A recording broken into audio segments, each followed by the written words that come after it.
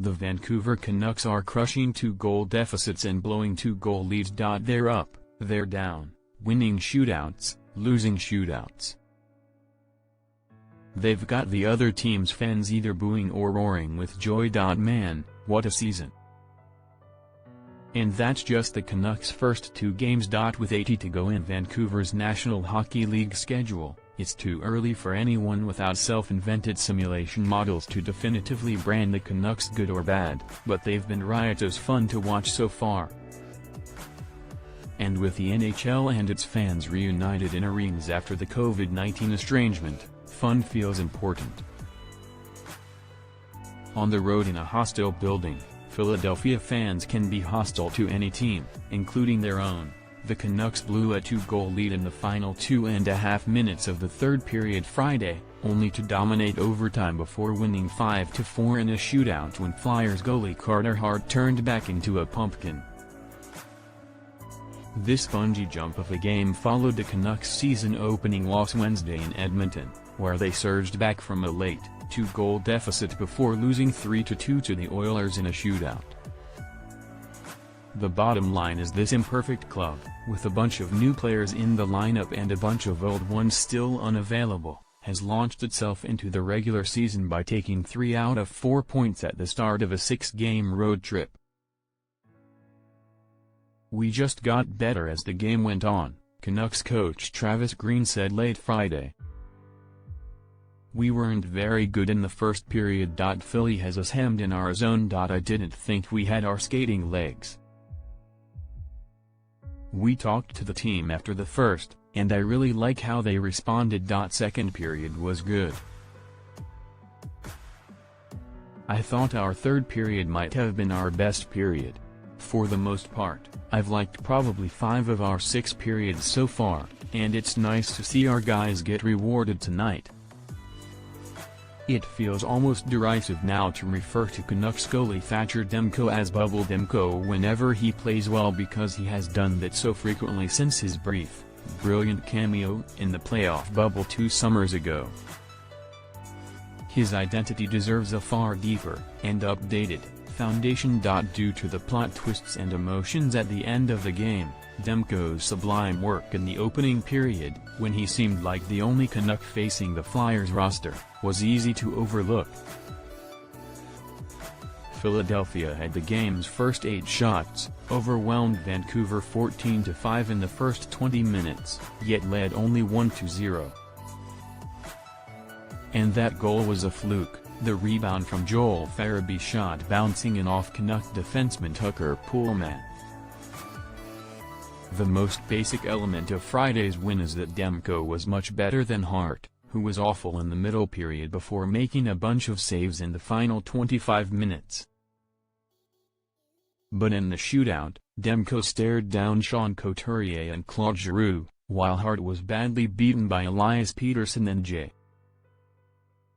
T. Miller. Hart somehow lost his angle on Pettersson, leaving the Canucks' best player with a ton of open net to left of the goalie's catching glove. "Last second, I changed my shot, because I saw there was an opening on the low glove side," Pettersson explained. "So I went to that when I saw the opening." There was a lot of discussion post-game about a disputed penalty call against Canucks defenseman Oliver Ekman-Larsson and a dubious icing call that Vancouver winger Matthew Highmore appeared to beat, which enabled the Philadelphia comeback. But there wasn't enough talk about Canucks captain Bo Horvat needlessly icing the puck between the third and fourth Flyer goals by shooting for the empty net from his blue line. Horvat is usually excellent defending 5 against 6, but on the icing that led to the face-off preceding Giroux's tying goal at 18:48, the Canuck had room to skate with the puck or make a soft chip, but instead rifled wide of the empty net from 120 feet away. "The icing is one of those plays you'd like have back, but I thought Highmore, beat it," Green said. Part of the Canucks' second-period surge that saw them score 4 times was fueled by rookie Vasily Podkolzin's pure, undiluted euphoria after scoring his first NHL goal to tie it 1-1 at 2:36.